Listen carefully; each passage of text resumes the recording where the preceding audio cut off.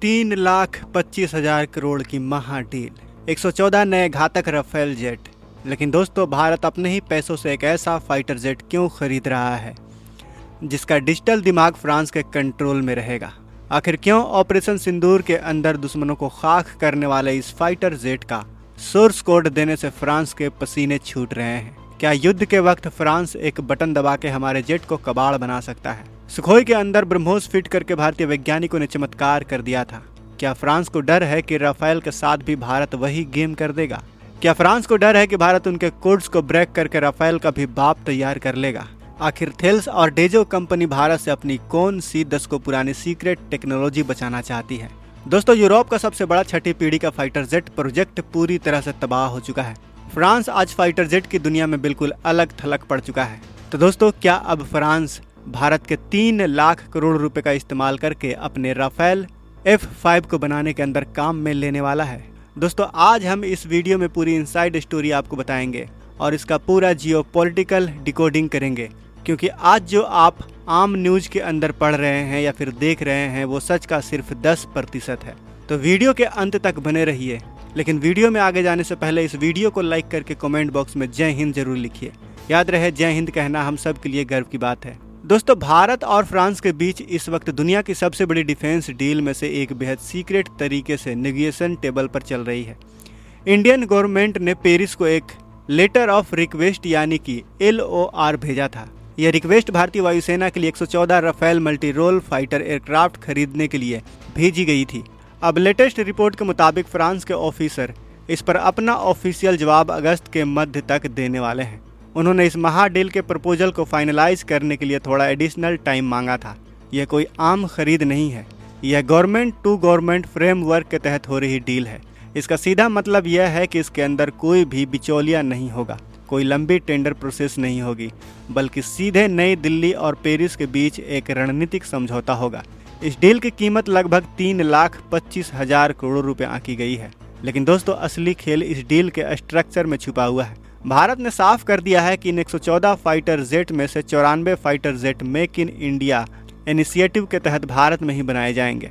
इसके लिए फ्रांस की डेसॉल्ट एविएशन और एक लोकल भारतीय कंपनी के बीच ज्वाइंट पार्टनरशिप होगी, यानी कि ज्वाइंट वेंचर बनेगा जिसकी मैन्युफैक्चरिंग फैसिलिटी महाराष्ट्र के नागपुर में एस्टेब्लिश की जाएगी।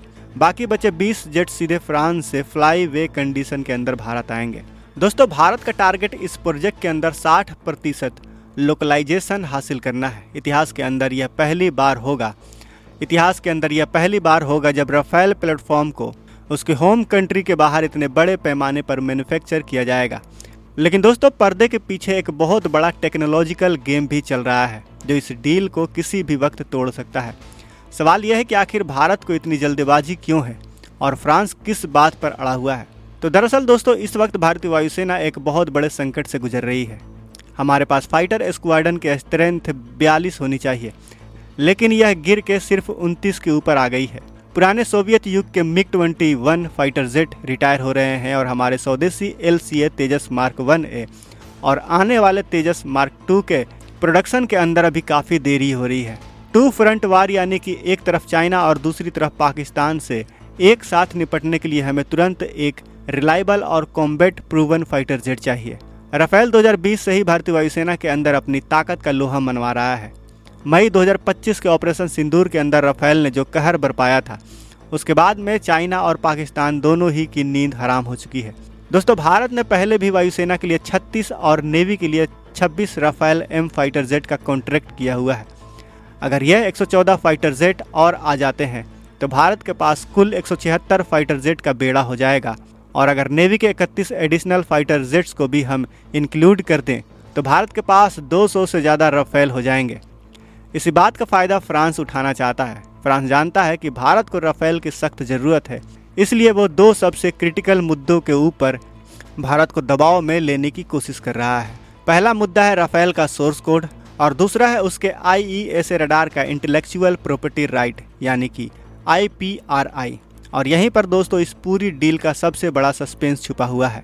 डेसॉल्ट एविएशन कह रहा है कि राफेल में जो अत्याधुनिक AESA रडार लगा हुआ है उसका मालिकाना हक थेल्स के पास है, लिहाजा डेसॉल्ट इस रडार के IPR राइट और उसके कोर सॉफ्टवेयर का एक्सेस भारत को नहीं दे सकता। लेकिन भारत के लिए यह मंजूर करना आत्मघाती साबित होगा। अगर कल को भारत अपने राफेल के अंदर अपना खुद का स्वदेशी उत्तम AESA रडार चाहेगा तो फ्रांस की पाबंदियों की वजह से हम ऐसा नहीं कर पाएंगे।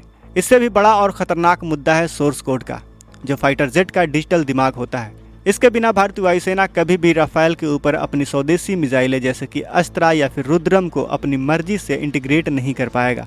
हर एक छोटे सॉफ्टवेयर अपडेट या फिर नई मिसाइल जोड़ने के लिए भारत को दसॉल्ट के पास जाना ही पड़ेगा, करोड़ों की फीस देनी पड़ेगी और उनके अप्रूवल का इंतजार करना पड़ेगा।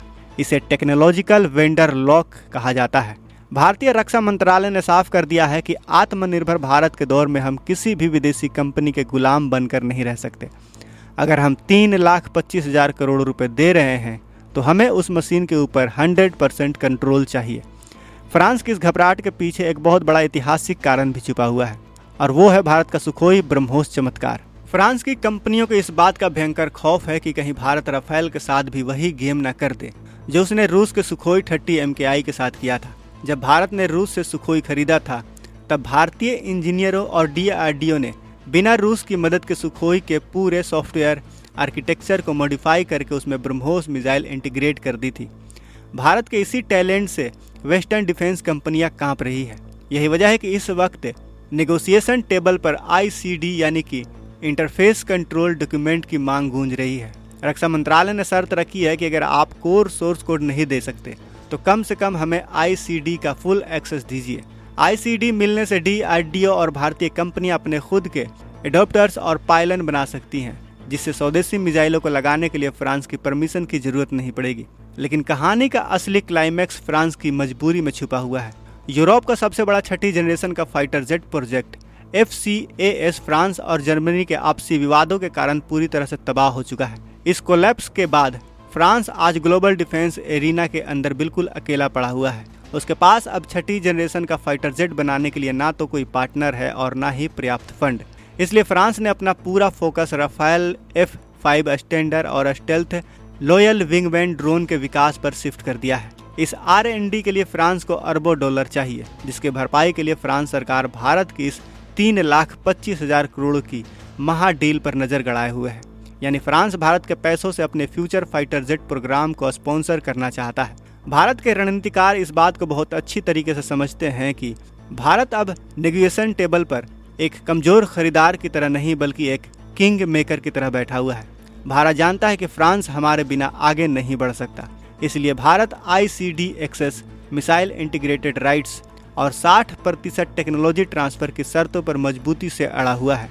यह डील भारत के अपने AMCM Mark II प्रोग्राम से भी जुड़ी हुई है। GTRE ने हाल ही में फ्रांस की सफ्रान कंपनी को AMCA के टर्बो जेट इंजन विकसित करने के लिए इस कंपनी को चुना है। अगर फ्रांस हमारी शर्तें मानता है तो भारत और फ्रांस मिलकर एक joint 6th generation fighter jet पर भी काम कर सकते हैं, जिससे भारत राफेल का एक ग्लोबल मैन्युफैक्चरिंग हब बन जाएगा।